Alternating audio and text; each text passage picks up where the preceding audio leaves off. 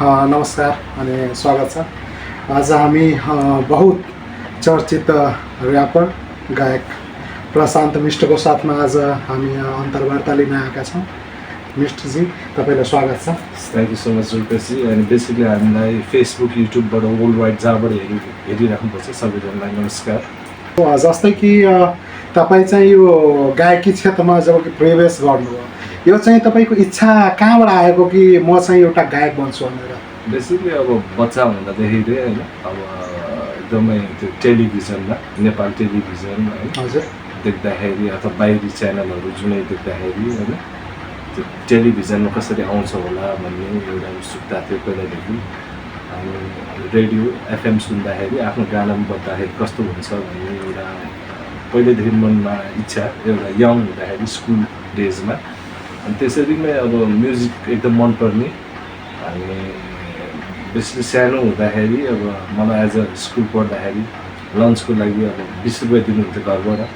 त्यो 20 रुपियाँ 10 रुपियाँ म खाजा खान्थेँ। अनि 10 रुपियाँ चाहिँ मैले जस्तै फ्राइडे सन्डेदेखि फ्राइडेसम्म सेभ गरेर राख्थेँ।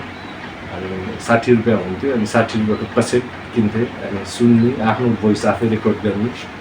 अनि त्यसरी नै स्टार्ट भयो। अनि पछि प्रोफेसनल्ली अथवा म्युजिकमा रेकर्ड गरेर फर्स्ट एल्बम झिकेको चाहिँ पछि स्कुल कलेज भएपछि एउटा मिस्ट भन्ने फर्म गऱ्यो हामीले ग्रुप। अनि त्यसपछि त्यसरी नै 2004मा हामीले ताल म्युजिकबाट first album mist a never ending mystery भनेर झिकेको।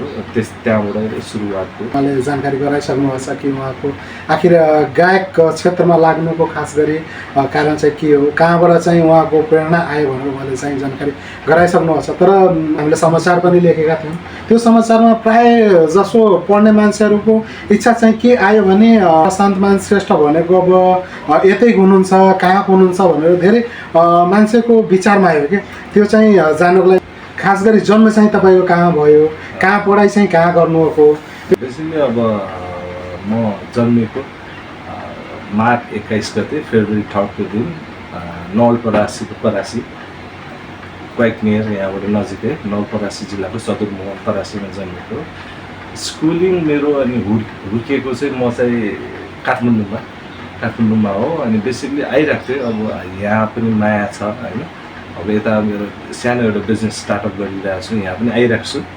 अनि काठमाडौँमा चाहिँ मेरो म्युजिक स्टार्ट भयो। त्यही पढ्यो, कलेजहरू पनि त्यही पढ्यो, स्कुलिङ त्यही पढ्यो, म्युजिक पनि त्यहाँ स्टार्ट भयो। अनि त्यसरी नै अहिले चाहिँ बोथ साइड काठमाडौँमा बस्ने, आदि हाफ यता बस्ने। भनेपछि हाम्रै यही नवलपरासीको सदरमुकाम परासीमै जन्मेर यो गायन क्षेत्रमा तपाईँले पाइला चाल्नु। फर्स्ट चाहिँ तपाईँको 2004देखि तपाईँले यो गायक क्षेत्रमा पाइला चाल्नु भएको छ।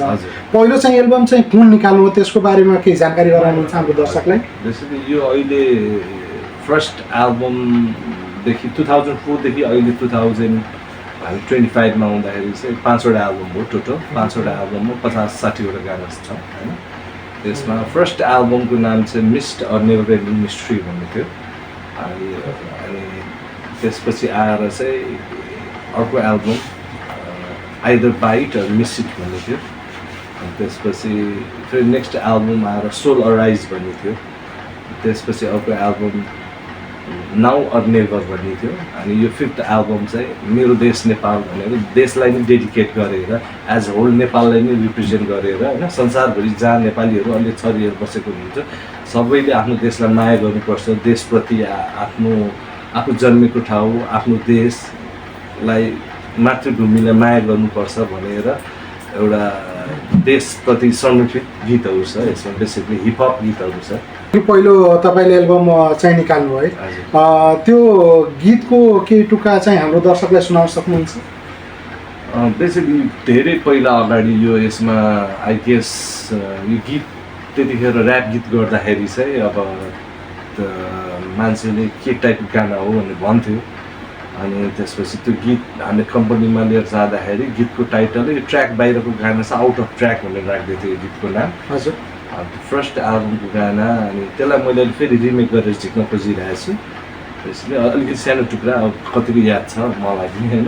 त्यतिखेर त्यो गीत चाहिँ रित्तो छु म अझै रित्ताउन देऊ माया भन्ने शब्द होइन रहेछ मलाई जलिरहेछ मन जल्न देऊ माया भन्ने शब्द होइन रहेछ मलाई दुख्छ मुटु पोल्छ छाती किन खेल्यो तिमी खेल हेर म माथि दिएकी थिए चोखो माया तिमीलाई तर बुझिन तिमीले मेरो भित्री भावलाई जलाइ मेरो मुटुलाई यस्तै यस्तै टाइपको थियो। जो चाहिँ ऱ्यापरको फ्यान हुनुहुन्छ उहाँलाई त यो ऱ्याप गीत सुन्ने बित्तिकै अर्कै क्रेज हुन्छ नि त्यो त दर्शक नै छुट्टै बेग्लै टाइपका हुन्छन् र सँगसँगै सुन्नमा यो पनि आएको छ कि वर्ल्ड बुक अफ रेकर्डमा तपाईँको नाम पनि छ त्यसको बारेमा के हाम्रो दर्शकलाई जानकारी गराइदिनुहुन्छ कि? हजुर बेसिकली एउटा वर्ल्ड बुक अफ रेकर्ड उहाँले चाहिँ कोभिडको बेलामा एउटा सम्मान जस्तो भनौँ होइन यो चाहिँ बेसिकली कोभिडको बेलामा सबैजना घरैमा बसिरहेको थियो सबैजना घरमा बसिरहनु हुन्थ्यो बाहिर अलिकति एक किसिमको त्रास डरै थियो त्यो टाइममा पनि अब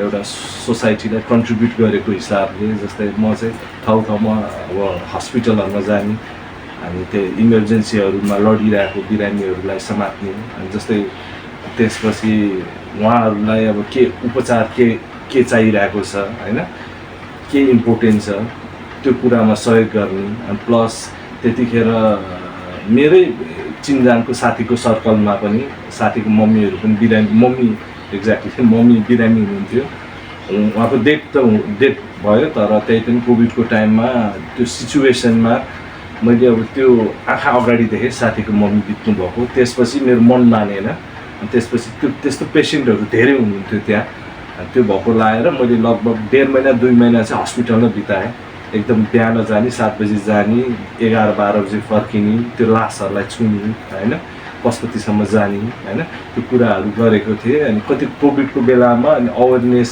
आफूले घरबाट नै जस्तै घरबाट बाहिर निक्लिनु पाउँथेन घरबाटै नै एउटा सानो इन्टरेक्सन अब अडियन्ससँग इन्टरेक्सन एउटा नट एक्ज्याक्टली कन्सर्ट तर घरैमा बसेर लाइभ गीतहरू गाएर अवेरनेस सम्बन्धी बोलेर होइन अनि त्यसपछि सबैलाई अब त्यसको बारेमा एउटा अवेरनेस र यसबाट बस्नुपर्छ भनेर होइन डराउनु हुन्न भन्ने पनि किसिमको मेसेज दिएको थ्रु फेसबुक डिफ्रेन्ट मिडियाको थ्रुबाट दिएको हुनाले उहाँहरूले त्यो सबै चिजलाई एनालाइसिस गरेर चाहिँ त्योबाट चाहिँ मलाई चाहिँ एउटा फर्स्टमा चाहिँ मलाई इमेल आयो वर्ल्ड बुक अफ रेकर्ड लन्डनबाट इमेल आयो त्यसपछि म त खासै पत्याएको पनि थिएन मैले के हो कि जस्तो पनि लागेको थियो पछि फोन आयो अनि पछि हेर्दाखेरि चाहिँ वर्ल्ड बुक अफ रेकर्ड लन्डनबाट चाहिँ एउटा सम्मान भनौँ त्यो खुसी लाग्छ।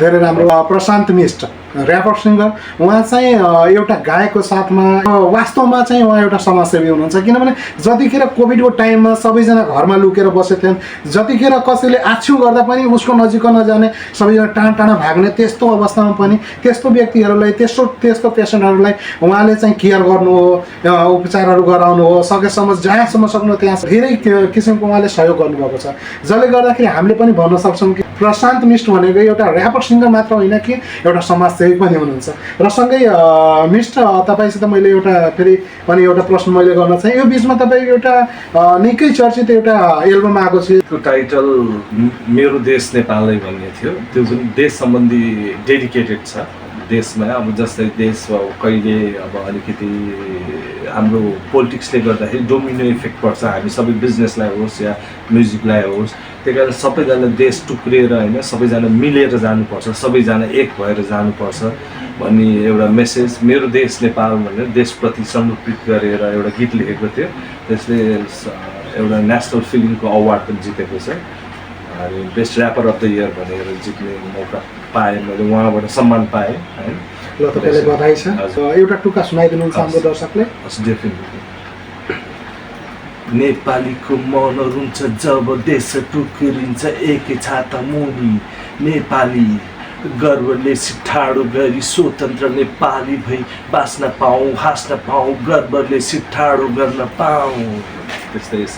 उहाँ एउटा देशप्रेमी पनि हुनुहुन्छ जुन कि अहिले चाहिँ हामीलाई सबैलाई थाहा छ देशको अवस्था कस्तो छ धेरै खुसी लागिरहेको छ र सँगसँगै तपाईँले धेरै स्टेज सो पनि गर्नुभएको छ भनेर सुने 20-22 वर्षमा लगभग 1000-1200 सो त भइसक्यो लगभग विदेशमा भन्नुपर्दाखेरि भारतमा दिल्लीमा भयो अनि युएमा आबुधाबी दुबई थाइल्यान्डमा ऱ्याङ स्ट्रिट भइरहेछ, अघिल्लो कुराहरू भइरहेछ अब। र सँगसँगै यही बिचमा तपाईँको एउटा बहुत चर्चित एउटा गीत आएको थियो, जुन कि गीत सुनेर कतिजना दर्शकहरूले ट्याटु पनि आफ्नो शरीरमा हानेका हुन्। त्यो कस्तो गीत थियो, केही गीतको टुक्का? एउटा फिल्ममा एउटा कसैलाई त माया गर्छ होइन, त्यो थिममा आफूले माया गर्ने मान्छे आफूभन्दा टाढा हुँदाखेरिको एउटा फिललाई त्यो लेखेको थिएँ त्यो गीत। अनि त्यो खास यतिकै भिडियो बनाउनुभन्दा अगाडि है त्यो गानालाई चाहिँ टिकटकको मार्फत राखेको थिएँ एउटा छोटो टुक्रा। अनि नेभर नो अब कहाँबाट अब फलो गरिराख्नु हुँदो रहेछ। अनि उहाँले नै टिकटकमा त्यो गीत बनाएर राख्नुभयो। त्यो राखेपछि त्यो 81 हर दिन हर रात तिम्रो मायामा तर्पिन्छु, झस्किन्छु, तिम्रो आवाज सुन्न पर्खिन्छु, डर लाग्छ तिमीबाट टाढिन्छु, 9 डाँडा काटी 7 समुद्र पारी छौ तिमी, जी छन् त म तिमीलाई याना दूर। एउटा केटा र केटीले मन पराउँछ, युवाले युवतीलाई भनौँ होइन, तर दुईजनै यो कन्फ्युजन स्टेटमा छ क्या। त्यो एक्ज्याक्टली त्यो लभ हो कि होइन, यो इट्स जस्ट एट्र्याक्सन हो कि अब यो मायाजाल हो कि रियल लभ हो भनेर त्यो कन्फ्युजन स्टेट जुन यङस्टरहरूमा हुन्छ आजभोलि, त्यो कुरालाई पोर्ट्रे गर्न खोजेको हो मायाजाल भनेर। माया हो कि मायाजाल बुझ्नै सकिनँ भनेर होइन। त्यो गीतले पनि राम्रो गरिरहेछ मायाजाल भन्ने। त्यो गीतको एउटा टुक्रा सुनाइदिनुहुन्छ हाम्रो दर्शकले? हुन्छ। भन्नु तिमीलाई शब्द नै भेटिन, खोज्छु तिमीलाई तिमीलाई नै देख्दिन, माया हो कि माया जाल बुझ्नै सक्नु तिमीलाई शब्द नै भेट्दिन, पोखु कसरी तिमीलाई नै देख्दिन, माया हो कि माया जाल बुझ्नै सकिन, माया हो कि माया जाल बुझ्नै सकिन। मेरो जीवन मेरो आशा हरेक सपना तिमी नै हो, your eyes tell me that you love me every day, no matter what they come, you'll be there to stay with me। तिमीसँग जीवन बिताउनुको मजा नै बेग्लै छ, राम्रो यो गीत यदि भन्ने भने मलाई पनि साह्रै मन पर्यो यो गीत। र सँगसँगै अब आउने दिनहरूमा के कस्तो तयारीहरू गर्दै हुनुहुन्छ? नयाँ एल्बम, नयाँ गीतहरू लाउने के तयारी छ? बेसिकली अहिले एउटा टोटली अब सबै एउटा इङ्ग्लिस गीत मैले रेकर्ड गरेको छु, त्यो चाहिँ पिस सम्बन्धी छ। वर्ल्डमै अब वारहरू जे भइरहेको छ त्यो कुराहरू रोकिनु पऱ्यो, यो चिज सबै अन्त्य हुनु पऱ्यो। देशको शान्ति सतत विश्व शान्तिको लागि एउटा पिस सङ्ग झिक्दैछु। अनि प्लस अब एउटा 1-2 फ्यु नम्बर्सहरू जुन चाहिँ रिलिज गर्न बाँकी छ मेरो। अनि यो चाहिँ कहिलेसम्म रिलिज हुन्छ होला? टेन्टेटिभ अब त्यही 15-20 दिन 1 महिनाभित्रमा हामी रिलिज गर्ने तयारीमा छौँ। सँगसँगै यही ठाउँमा जन्मिएको, यही ठाउँमा हुर्किएको र सँगसँगै गायन क्षेत्रमा पनि पाइला चाल्नुभयो र लास्टमा आएर फेरि आफ्नै ठाउँमा एउटा होटल व्यावसायिक रूपमा पनि आउनुभएको छ। तपाईँले के भन्न चाहनुहुन्छ हाम्रो दर्शकलाई? त्यही हो, अब सबैले अब आफू जन्मेको ठाउँलाई माया गरिहाल्छ, सबैलाई आफ्नो जन्मभूमि देश भनेपछि माटो भनेपछि माया लाग्छ। त्यसरी नै एउटा हस्पिटालिटी भनेपछि पार्ट अफ म्युजिक जस्तो लाग्छ मलाई, इन्टर रिलेटेड छ म्युजिक र हस्पिटालिटी फिल्ड। त्यो भएर मलाई मनपर्ने एउटा लाइन पनि हो भनौँ म्युजिक सँगसँगै। त्यो भएर दुइटैलाई सँगसँगै लाँदाखेरि कस्तो हुन्छ भने इट्स ट्राई, अब हेरौँ कतिसम्म हुन्छ, राम्रो हुन्छ होइन। बेसिकली सबैजनालाई नमस्ते सबैजना। अनि बेसिकली नेपाली म्युजिकहरू सुन्नु होला। अनि मलाई फाइन्ड आउट गर्न चाहनुहुन्छ भने youtube.com/प्रशान्त नेस्ट सबैजनालाई त्यही सर्च गर्नु होला। बस, थ्याङ्क यू। हस्, धन्यवाद छ तपाईँलाई।